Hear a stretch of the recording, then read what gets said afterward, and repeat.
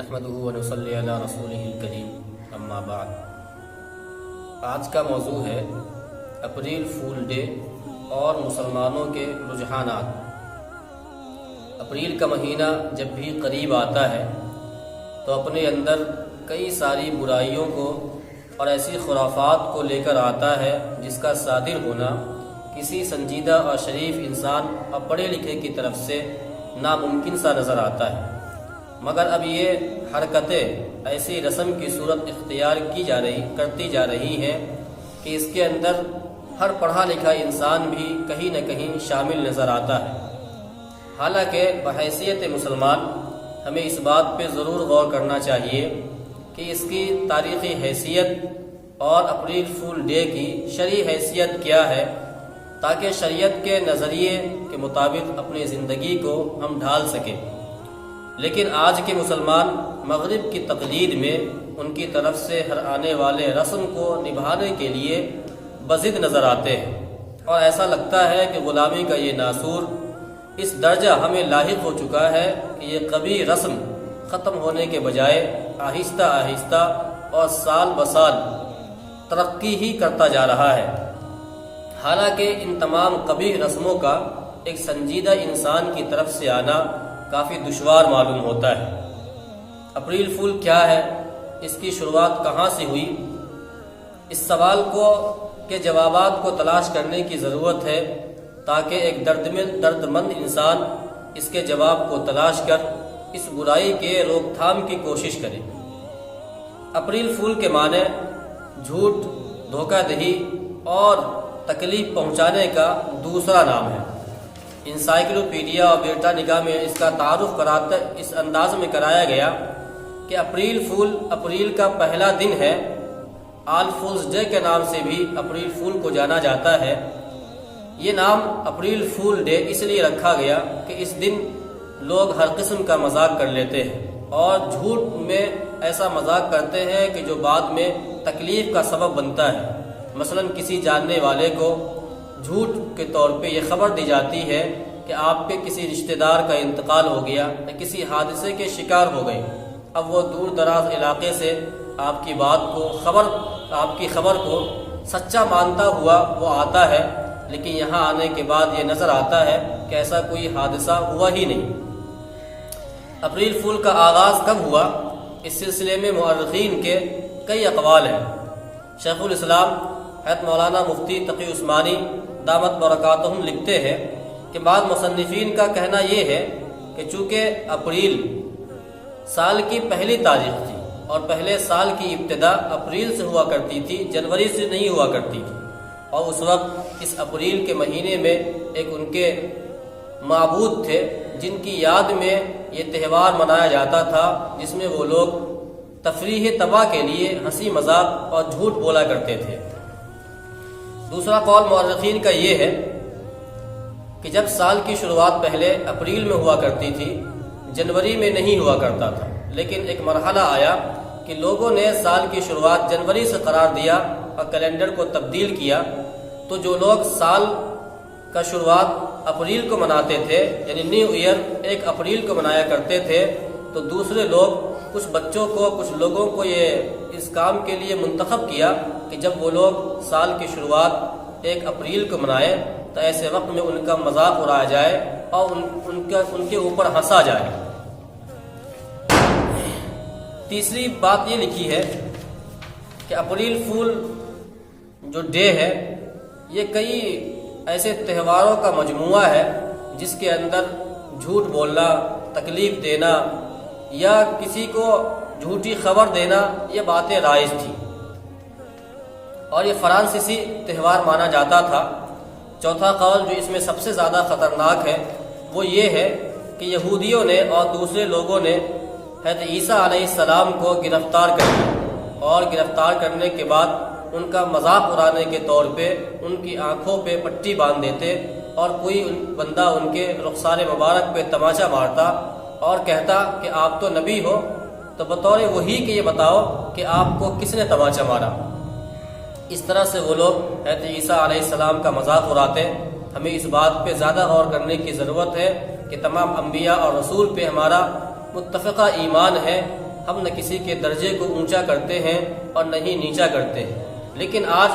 Europe کی طرف سے آنے والے اس اپریل فول ڈے کو پورے شوق اور جذبے کے ساتھ مناتے ہیں اور اس کا حصہ بن جاتے ہیں، حالانکہ حضرت عیسیٰ علیہ السلام کے مذاق بنانے کے لیے ان لوگوں نے اس دن کا ایجاد کیا۔ پانچواں قول یہ بھی ہے کہ جب اندلس میں مسلمانوں کو شکست ہوئی اور انگریزوں نے مسلمانوں کے وہ لوٹے ہوئے قافلے کو افریقہ جانے کی اجازت دی، اب ایسے وقت میں مسلمانوں کے لیے ایک کشتی اور ایک جہاز تیار کیا گیا اور اس جہاز میں سوراخ کر دیا گیا۔ تمام مسلمان جب اس پہ بیٹھ گئے اور سمندر کے ایک حد تک اندر پہنچے تو آہستہ آہستہ اس جہاز اور کشتی میں پانی بھرنا شروع ہو گیا۔ اس طرح سے ان کا جہاز ڈوب گیا اور تمام کے تمام مسلمان ڈوب کر شہید ہو گئے۔ تو ان لوگوں نے، انگریزوں نے مسلمانوں کو اس طرح سے دھوکہ دیا اور دھوکہ دے کر ان تمام کے جانوں کو سمندر کے حوالے کر دیا۔ تو اسی لیے ایک اپریل کا یہ دن تھا، اسی لیے اس 1 اپریل کو مسلمانوں کو اس طرح دھوکہ دینے کی بنا پر ہنسی مذاق اور دھوکے کے دن پہ اس کا رواج پڑا اور لوگ اس کو دھوکہ دینے کے لیے اس کو مناتے ہیں۔ وجہ چاہے جو بھی ہو جو بیان کی گئی، ان میں سے ہر ایک وجہ اپنے اندر ایک ایسی برائی کو لیے ہوئی ہے کہ ایک کلمہ کا پڑھنے والا کلمہ کو مسلمان کے لیے کسی بھی طرح اس بات کی اجازت نہیں ہے کہ وہ اس دن کو منائے اور اس کا کسی بھی طرح حصہ بنے۔ ہمارا ملک اس بھارت میں اس قبیح رسم کی آمد اس طرح ہوئی کہ کلکتہ میں لوگوں کو کھانے پینے کی کافی دشواری پیش آئی اور لوگوں کے درمیان بھوک مری رائج ہو گئی۔ اب ایسے وقت میں انگریزوں نے یہ اعلان کیا کہ 1 اپریل کی صبح کلکتہ فوجی کے سامنے لوگ جمع ہو جائے تاکہ ان کو اناج اور غلہ دیا جائے۔ تمام لوگ اس اعلان کو سن کر کلکتہ فوجی چھاونی کے سامنے جمع ہو گئے۔ جب لوگوں کی کافی زیادہ بھیڑ جمع ہو گئی اور لائن دور تک لگ گئی تو یہ فوجی اپنے ڈیرے سے ڈھول باجا لے کر ناچتے گاتے ہوئے نکلے اور جہاں پہ وہ تمام لوگ جمع تھے وہاں آ کے ان کا مذاق بنانے لگے۔ جب لوگوں کو یہ بات معلوم ہوئی یہ اعلان صرف ہمارا ہنسی اور مذاق اڑانے کے لیے تھا، ہمیں بیجا تکلیف دینے کے لیے تھا، تو وہ لوگ تمام جو وہاں کھڑے تھے اپنے ٹوٹے ہوئے دلوں کے ساتھ گھر واپس لوٹ آئے اور کسی کو اناج نہیں ملا۔ صرف یہ مذاق بنانے کے لیے 1 اپریل کے دن ایسا اعلان کیا گیا تھا۔ یہ ہے اپریل فول کا ایک مختصر جائزہ۔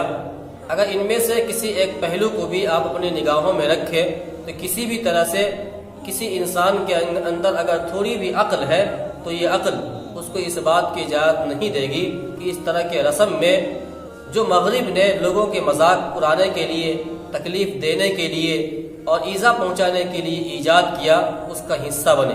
لیکن آج ہم تمام تر حقیقتوں کو بھلا کر بالکل اندھے پن کے ساتھ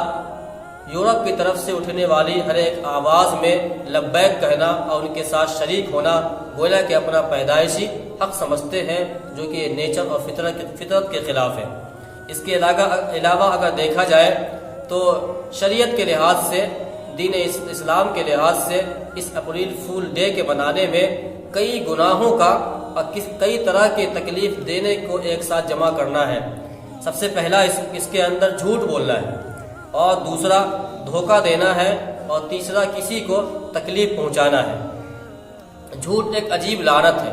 اگر ایک عام انسان سے بھی آپ پوچھیں کہ جھوٹ بولنا کیسا ہے تو وہ انسان آپ سے کہے گا کہ جھوٹ ایک ایسی بری عادت ہے جو کسی کے بھی اعتماد کو توڑنے کے لیے کافی ہے، اس لیے جھوٹ بولنا صحیح نہیں ہے۔ نبی کریم صلی اللہ علیہ وسلم کے زمانے میں مدینے کے جو منافقین تھے یہ ان کی عادت تھی کہ افواہ اڑانا ان کو اچھا لگتا تھا، تاکہ جھوٹی خبر اور افواہ پھیلا کر مسلمانوں کے درمیان بے چینی اور اضطراب کی کیفیت پیدا کی جائے۔ اور آج بھی یہی حالات ہے کہ اپریل فول ڈے منانے والے ایک جھوٹی خبر ہی دیتے ہیں اور اس طرح سے افراتفری کا ماحول بن جاتا ہے۔ حالانکہ نبی کریم صلی اللہ علیہ وسلم نے جھوٹ بولنا منافق کی علامت اور پہچان قرار دیا۔ چنانچہ نبی کریم صلی اللہ علیہ وسلم نے ارشاد فرمایا، آیت المنافق ثلاث اذا حدث كذب واذا وعد اخلف واذا تؤمن خان۔ یعنی منافق کی 3 نشانیاں اور 3 پہچان ہیں۔ جب وہ بات کرے تو جھوٹ بولے، جب وعدہ کرے تو وعدہ توڑ دے، خلاف ورزی کرے، اور جب اس کو امانت دار بنایا جائے، کوئی چیز اس کے پاس امانت کے رکھی جائے تو اس کے اندر خیانت کر دے۔ اس